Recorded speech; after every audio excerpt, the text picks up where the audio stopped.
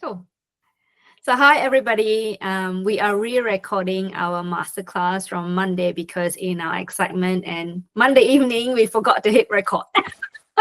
So Em and I are here today to re-record the session for you based on our notes. Obviously, it'll be a slightly shorter recording because we won't have the other attendees who have very kindly joined us on Monday to have those conversations. So we're just going to take you through the presentation. And if you've got any questions about any of the content that we've recorded today, feel free to hit us up on the WhatsApp group if you're part of that, or just drop us an email. So we'll just dive straight into it. So this is part 2 of our Transcendence Masterclass, which is bold business leadership. And this time we're focusing on owning your bold vision and leading authentically. And in part 1, we actually covered more of the mindset work within the mastery. So this is a follow through from that first part. So we'd like to begin by acknowledging the Turrbal and Yagara peoples on the land which we come to you today, as well as traditional custodians of the land you are all watching this from. And we pay our respects to the elders past, present, and extend that respect to any other Aboriginal and Torres Strait Islander people who may be watching this today.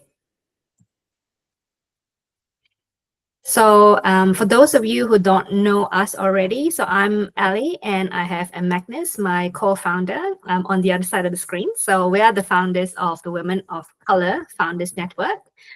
So I call myself a digital marketing specialist turned mindset mastery coach because I did my NLP certification last year, and I absolutely love working with women of color like yourselves to build an unshakable and resilient mindset so you can take that into your businesses and to your personal lives as well.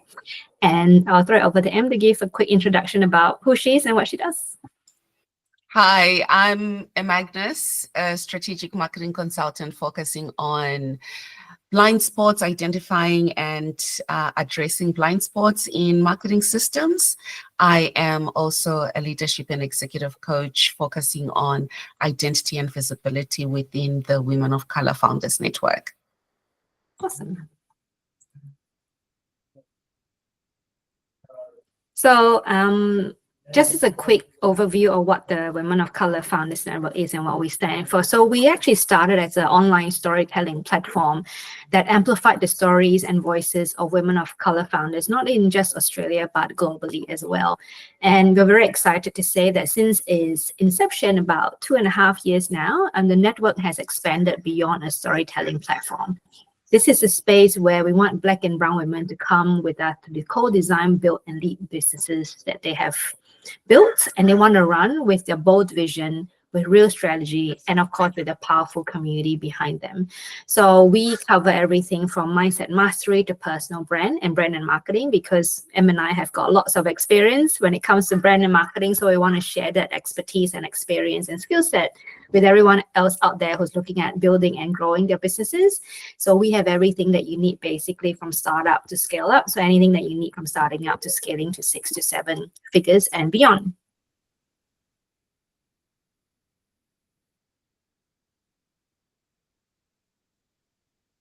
So Ali has touched on this already. This is part 2 of the Transcendence Masterclass. If you missed part 1, you can watch the replay. We'll put a link in the comments.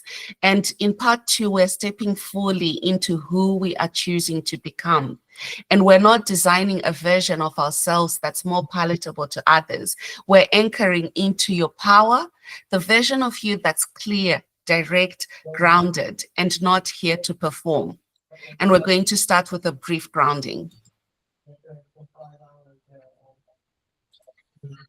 Yeah, so with the grounding exercises, just do this in your own time because you're watching the replay.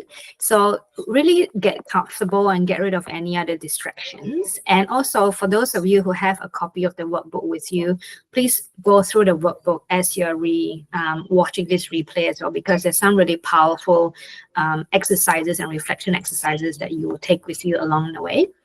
So in terms of the grounding, what you need to do is to firstly close your eyes, because the reason why we close your eyes is to get rid of any visual distractions, and just take 3 very deep intentional belly breaths. So full breath in through your nose, let your body and your belly expand, and just exhale fully. So let your tummy contract as well. So imagine that you're blowing into a balloon. And then with every breath, I want to invite you to imagine the feeling that you're being fully seen, that you're being fully heard, and you're being fully valued. And I want you to think about what your boldest vision sounds like or feels like or looks like to you. And I want you to speak your boldest vision aloud, right? When no one flinches, and how you're leading in your own tone from your own values unapologetically. Now, I want you to hold that image in your mind and make it so clear and vibrant. If you can bring in any sounds, any smells, or any other feelings that you evoke once you have that vision, I want you to hold that really, really like you're watching a movie or a show in front of you. Have that vision in front of you, because that's not a fantasy. I've actually learned from one of those podcast coaches that I listen to a lot. What they said was, as well, if you're able to dream it, if you're able to visualize it, you're able to hold it into your hands and make it a reality. So the stronger that you can focus on this vision and invoke all of your senses and emotions with it, then the possibility of it turning into reality will be a lot higher. So once you've done that, take a deep breath again, a deep breath in, deep breath out. And don't forget that that vision is with you for the entirety of this replay. And then anytime that you're watching it, bring that up again, and then open your eyes when you're ready.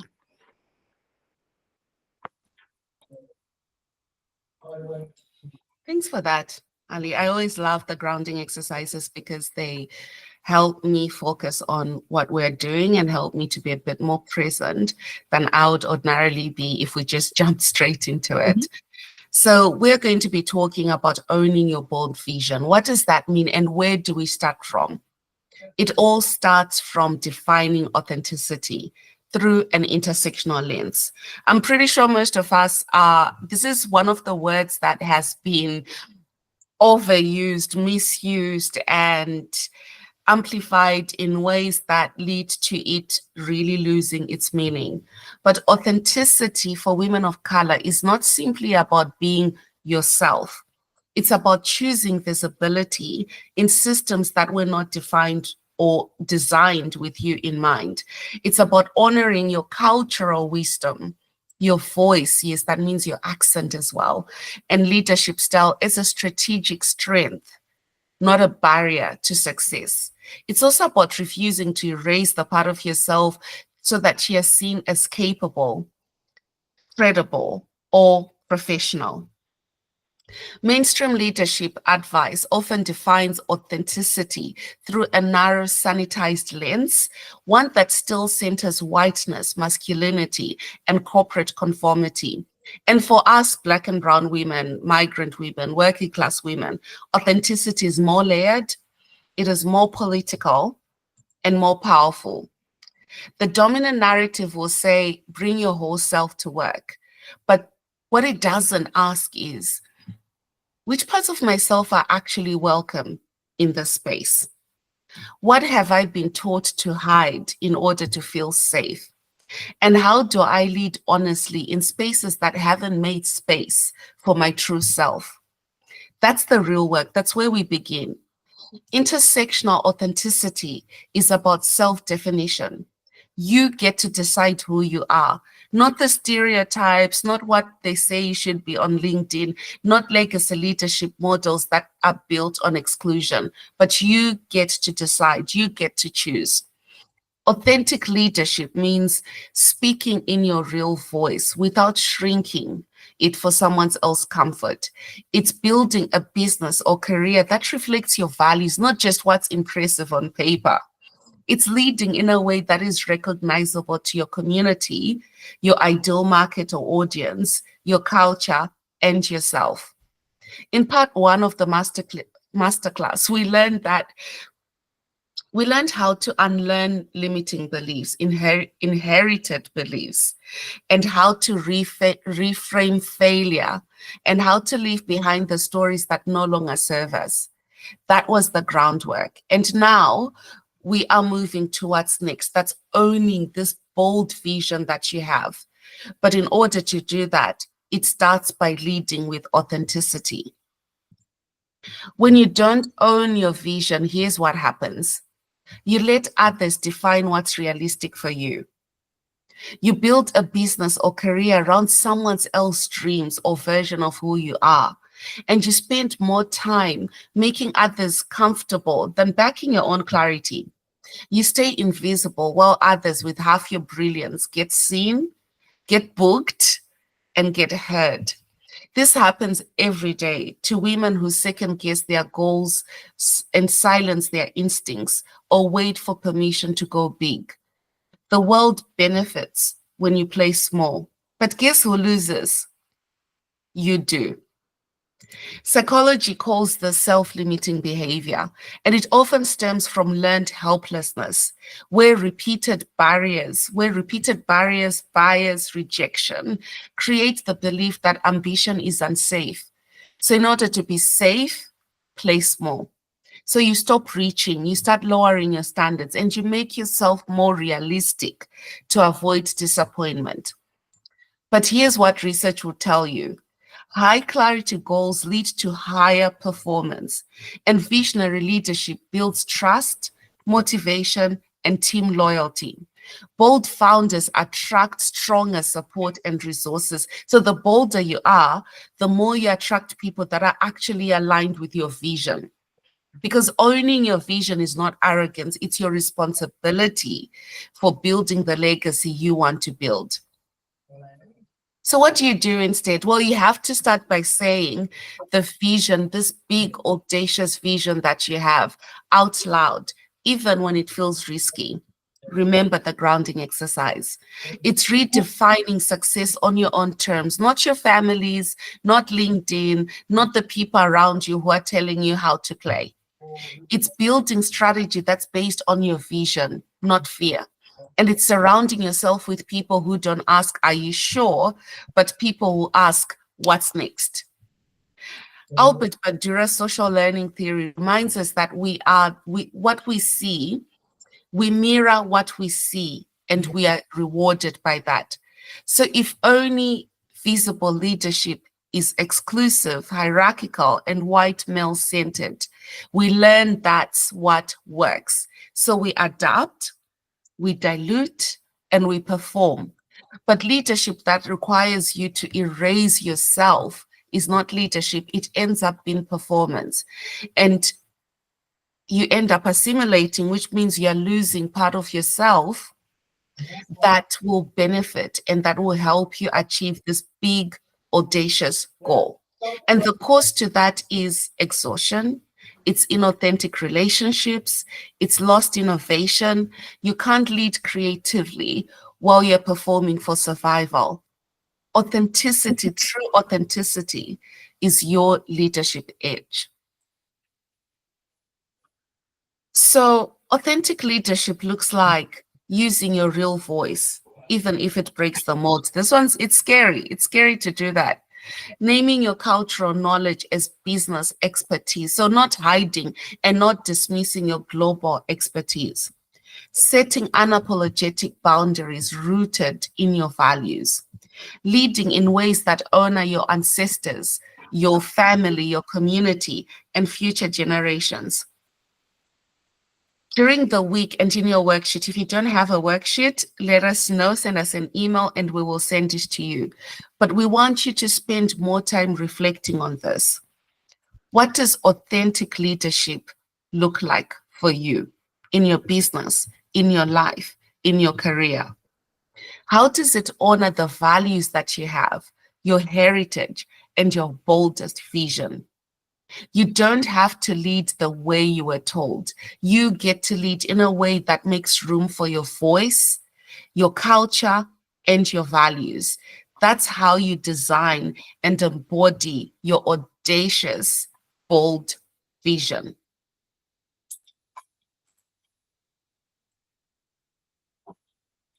So we spent this time not just learning, but really reflecting and remembering who we truly are. and remembering the power of our voice. I remember sharing on Monday when we had the live masterclass that when I first moved over here, I used to be so anxious about my voice because I was like, oh, people are going to pick up on my accent. It's going to sound weird, right? So a lot of us have probably been through that same experience. But then what happened was like, I wasn't speaking up. I wasn't letting my voice be heard. I wasn't letting my ideas and perspectives be shared. And the cost was really on me because then I missed out on opportunities that would have presented themselves if I had learned to speak up and use my voice and stand in my voice a bit more. And also remembering that we don't have to shrink in order to succeed, right? We attract who we are.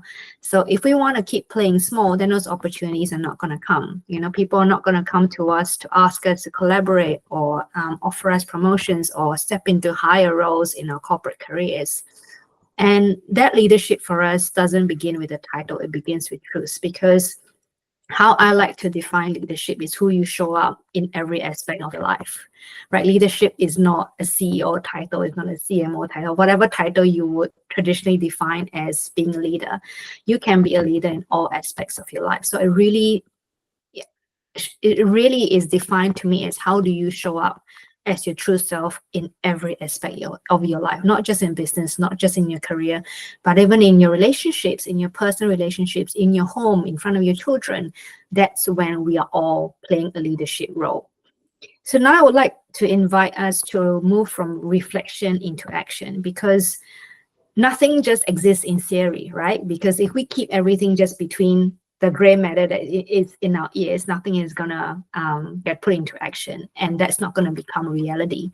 But it lives in the daily deliberate choice to honor our voices, and we have to learn to honor it even if it feels really, really uncomfortable, because we have to learn to become comfortable with being uncomfortable, because that's where true power lies. And also doing it when everyone else is not doing it, but they're looking at you to do it. So it's always daunting to be the first in anything, but there's also a lot of power and excitement in being the first to be stepping forward and saying yes to things. So psychology also tells us that clarity and commitment go hand in hand. So implementation intentions show that when we set a specific action that is paired with a purpose, we're significantly more likely to follow through, right? Because we would all know this. We have a to-do list that's never ending. But if we can pick just one thing out of the 10 things that are on our to-do list, but that has so much drive and motivation and purpose, would you do it? The answer is probably yes, right? And you can go, well, the other things don't really align with me right now. Is it really important that I do those things? You probably go, right, no. So we want to pick the things that we want to work with in alignment with our attention and our achievements and our goals, because that's very likely that we would have the self-drive and the self-motivation to want to follow through. So now let's start with that practice. So what is one bold action that you're committed to taking this month? I know we all have a bit of FOMO in us. I always tell my coaching clients, just pick the one thing, and they're like, oh, can I pick 3? No, no 3, just 1. Because the thing is that if you pick on one thing to focus on, you'll be putting your heart and energy and soul into it. And you're not distracting yourself by chasing all the other shiny things that you think are important to do. So just pick one. It doesn't have to be perfect. It just needs to be honest and align with where you want to go. So some examples could be, like we were saying before, saying the bold idea really out loud. Write it somewhere where you can see it when you wake up first thing in the morning and say it out loud. I have liquid chalk that I write on my bathroom mirror, and I say affirmations every morning when I'm brushing my teeth, and I repeat those affirmations every night before I go to bed. So that has worked really well for me, but you find what works for you. And it could also be something like setting boundaries that you've been avoiding, whether it's in your professional lives, whether it's in business, or whether it's in your personal space. Setting those boundaries are really important. And also launching what you've been holding back on. And really ask yourself, why were you holding back? Is it because you thought it wasn't perfect enough? Is it because you thought, I don't have the experience? But whatever it is that you're doing right now, you are doing it because you are given that vision. So if you're given that vision, it's a sign that you have to push forward with it. So launch what was it that you were holding back on. And telling your story without softening the truth. Just tell it as it is. All of us have stories. So why should you be holding yours back? And also asking what you actually want. I think a lot of us hold back from asking what we really want because we doubt ourselves. We'll tell ourselves, are we really good enough for this? Are we really good enough for that? But no, just believe in yourself and go, well, I deserve what I want, and be bold and be strong and go ahead and ask for it. So once you've done the reflection exercise, I want you to hold that close to you as well. And as you hold that close, remind yourself that you're not here to be convenient. You're here to be clear. You're not here to contort into someone else's version of professional. And what does that really mean anyway? No, you are here to lead in a way that reflects who you really are, your culture, your language, your values, who you present yourselves as a person. And you are never too much. You're exactly what this moment needs. And I always believe that things happen in divine timing. So if the time is right now, you would know. So go ahead and do it. And social cognitive theory also reminds us, and we all know this, is that people don't learn just by being taught, right? They learn by watching others live their truths. And that's why those of us with children, we always say that we have to be their best role models, because children, no matter how old they are, they're observing and they're modeling what we do and what we say. Same things as how we were doing as we were growing up. We were always observing our parents, observing our friends, our family, and what they do, and we adapt those behaviors. So when you lead boldly, you're not just moving your vision forward, you're actually widening the path for the next woman to see what's possible.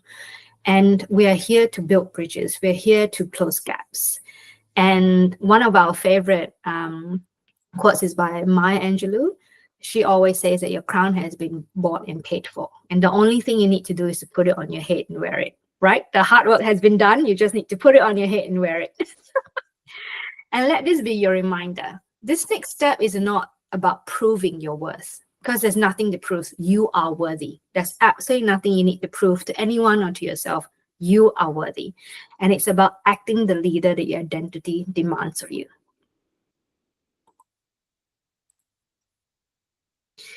So to wrap up this work, we always say that it just doesn't end at the end of this masterclass. It is actually the start of the transformational journey that you're going to be on, and we're going to be here championing you along the way.